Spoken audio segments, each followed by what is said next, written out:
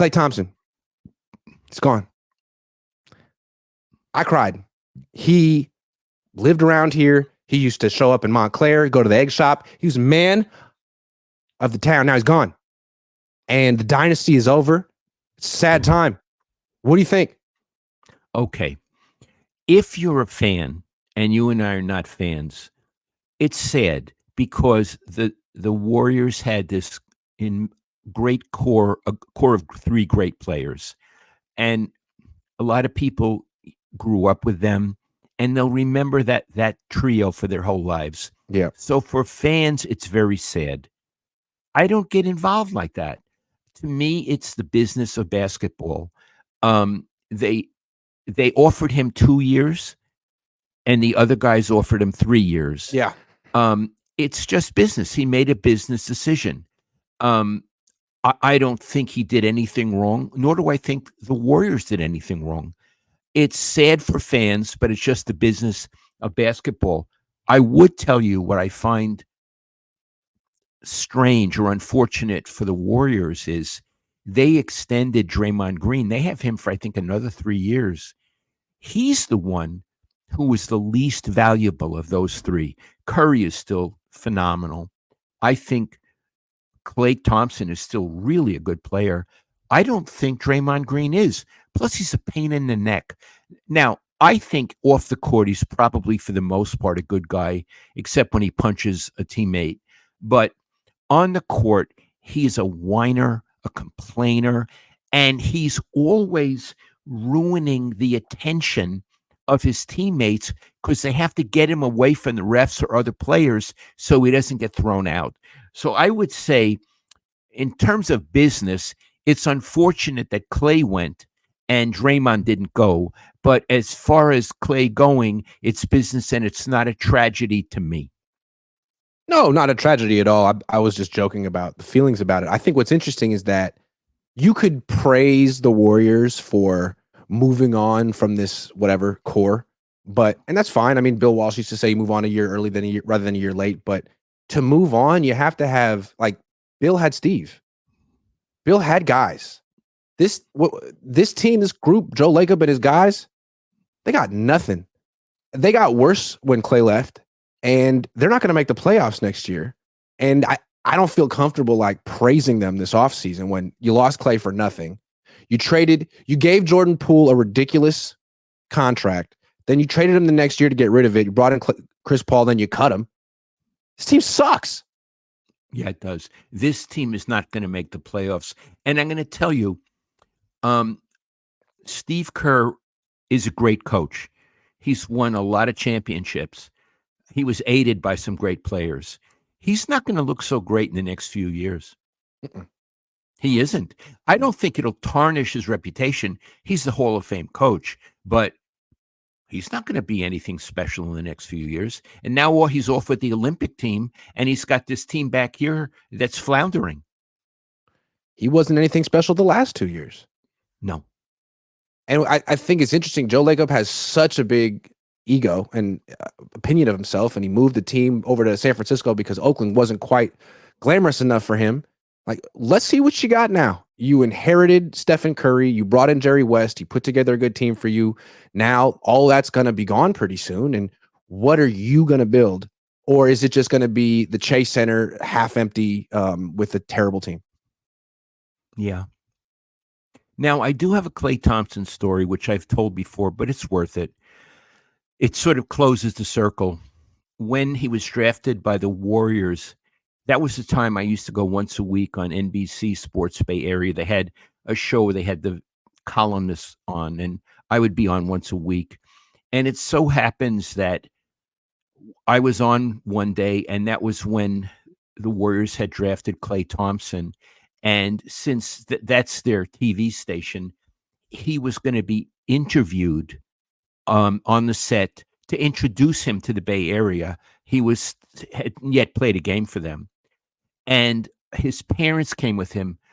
Michael Thompson, who played for LA, and is the announcer for the Lakers, and his mother, and I forget the mom's name, but what happened was I was in the green room waiting for my turn, and I was going to go on another segment after Klay. The dad, Michael, was never in the green room. He's one of these ebullient, outgoing people, and he was just in the newsroom talking to everybody. I didn't do that because I like to sort of get myself together before going on camera, and so I was alone in the room with Clay's mother, and I was sitting next to her on a couch. She was very nice, and she was really tense. And I said, "Why are you so tense?" She said, "Clay is shy. He's not been on television a lot. I'm really nervous for him." And I actually took her hand and I said, "Mom, he's going to do okay. Let's watch him together." And Iggy, he did okay. He really did. And the mom was so pleased. The father, maybe he watched it in the newsroom. He never came in the groom room with us. I was with the mom. And my guess is, I never spoke to Clay about it. His father has a very big personality. And I wonder if Clay thought Michael's personality pushed his personality to the side. Yeah. Anyway, a few days later, they had, all the players for the pre-season media event. And I went over to Clay and introduced myself. And he said, I heard, my mom told me you were very nice to her. Thank you very much. And I thought, this is a nice kid. Yeah. And I think he's still a nice young man. I agree. He seems more grounded than Steph or Draymond. He seems more down to earth. When the team moved to the peninsula, he didn't. He stayed in the East Bay. He had a boat. He would ride around the bay. He seemed like he really loved being here. So I'd love to know the story. I'd love to have him on a road trip and say, how did you end up in Dallas? How did this break down and you end up in Dallas? Because it seemed like it was personal. The Warriors' offer was almost as good. 2 years, 48, 3 years, 50, almost as good, if not maybe better. And he wanted to leave. So I'd love to know why. Well, one thing is with him, Dallas is can compete for a championship. He knows they can't compete in Golden State. They can't compete. He knows that. And I'll tell you something else, Iggy. He's the kind of player, he'll end his career in Dallas, but he'll be a warrior. There are certain 49ers who come back. He's going to be a warrior. This will be like Chris Mullin ended up in Indiana. He's a warrior. And it'll happen with Clay the same way. Well, let's finish it this way. I mean, you just said casually, like he went to the Dallas Mavericks because he knows they can contend and the Warriors can't. Well, that means that Stephen Curry, who's my age, 36, most likely, almost certainly, will not win another championship, at least with the Warriors. What do you think of that? I don't feel sorry for him. He's won a lot of championships. I think that's how it goes. I think one of the things about sports, it's about the cycle of life, condensed. You're born, you're middle age, you're old, you die. And that's what happens to these players before our eyes. I don't mean they die. They die the little death. They no longer win. They no longer, eventually it'll happen to Stephen. He won't be the best anymore. He won't compete anymore. So what I look at it is a lesson. It's the condensed cycle of life.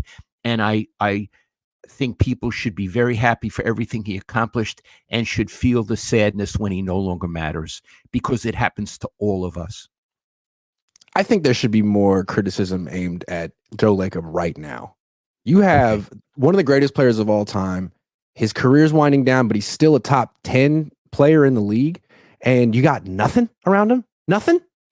Kuminga? Wiggins? You won 4 championships. Congratulations. That was great. Like, what is this? And what is the future? I think it's fair to say that they're really blowing it right now. Okay, you want to make a comparison? Yeah. They're blowing it like the 49ers blew it.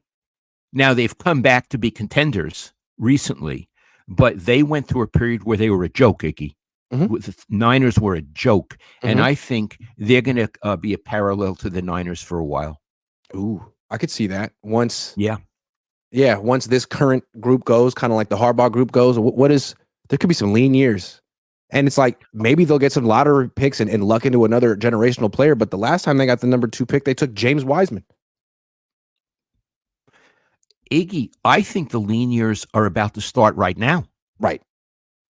Yeah. Now. But it's Now. going to get worse once Curry's. I mean, with Curry, they're not quite good enough to make the playoffs. Without Curry, worst team in the league. Right. And you know what? They're in danger of overusing Curry. Yep.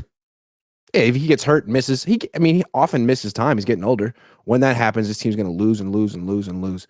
And there's nothing Steve Kerr can do about it. No.